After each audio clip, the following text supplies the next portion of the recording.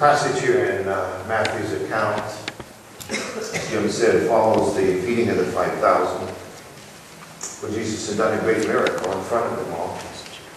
It was late at night. You'll remember it was at the end of the day when he did the miracle, and no one had eaten all day, and so now it has gotten to be towards dusk and dark. So he sent the disciples on out ahead across the Sea of Galilee, while he went off to pray. But as they got out of the sea, the wind was against them, and a wind had whipped up, the waves were heavy, and they weren't making real good progress. They were having a hard time. Sea of Galilee, the waves there can get pretty big. It can be pretty hard going. We were out there once, I was out there once on the Sea of Galilee when there was the wind was picked up a little bit, and we were in a pretty good sized boat. It rocked us around quite a bit. I can't imagine being in a fishing boat, what that must have been like. And especially in the middle of the night. The disciples had to be a little bit uneasy. One of the things that, well, let me ask you this question. How many of you believe in ghosts? There's a couple. Most of us don't, though, right? Most of us don't believe in ghosts, but probably if we decided, if Kent and I or Dan and some of us decided to plan an outing tonight, we were all going to wait till about midnight and we're going to walk through the cemeteries together. How many of you want to do that? Now, you don't believe in ghosts, but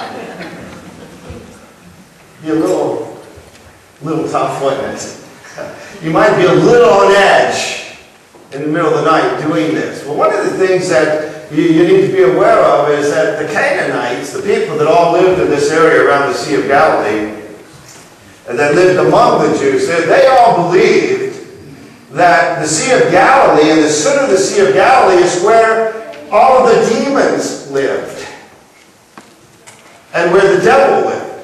They believed it was in the Sea of Galilee, and that's why they would not have been surprised when Jesus went to Gennesaret, you'll remember, on the other side, and he met a man that was possessed with 1,000 demons, a legion of demons in him.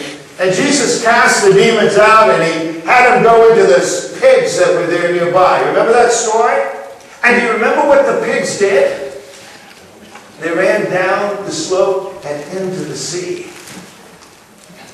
Which that wouldn't surprise the people at all.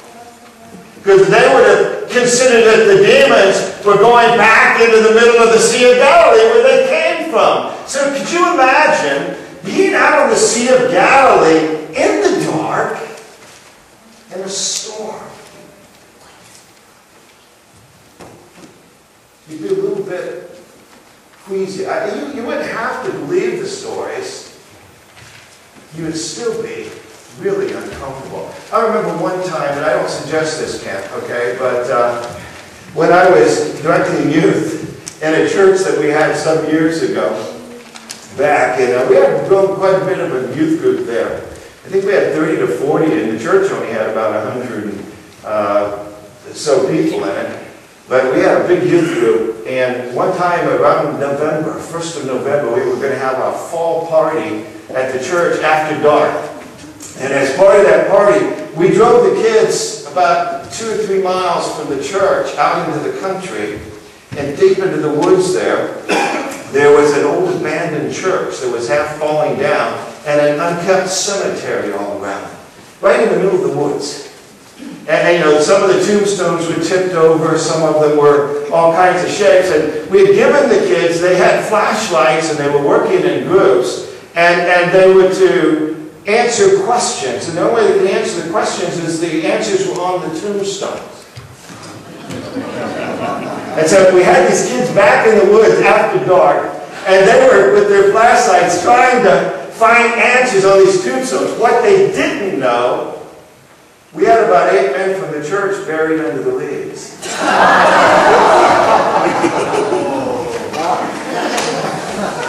You should have seen those kids when hands started coming off. 2 girls ran the whole 2 miles across the field back to the church. They never stopped till they got home, got to the church again. Those kids never forgot that night. Now these kids didn't believe in ghosts. But seen enough movies and TV shows that when you got them in that setting, they weren't quite so sure. And these scribes, these disciples, they're out in the middle of the sea, in the dark. But they know all the stories. They've heard them since they were kids. And even if they don't believe them, can you imagine being there in the dark and you look out across the water and here comes somebody walking, a figure coming across the water? What would be your first reaction? The disciples looked at one another and said, "It's a ghost! It's a ghost coming." They've never seen anybody walk on water before. And they're petrified. They're scared to death. They look and they say, "It's a ghost coming at us." And as it got closer, Jesus finally says to them, "It's not a ghost, it's me." And Peter says, "Lord, if it's really you, tell me to come to you. Tell me to get out of the boat and come to you." Now, I don't know about you, but I have to kind of think that the last thing in the world Peter thought would happen was that he'd actually say, "Come." Have you ever prayed prayers like that, where you say to the Lord, do this, and the last thing you expect is that God is actually going to do it.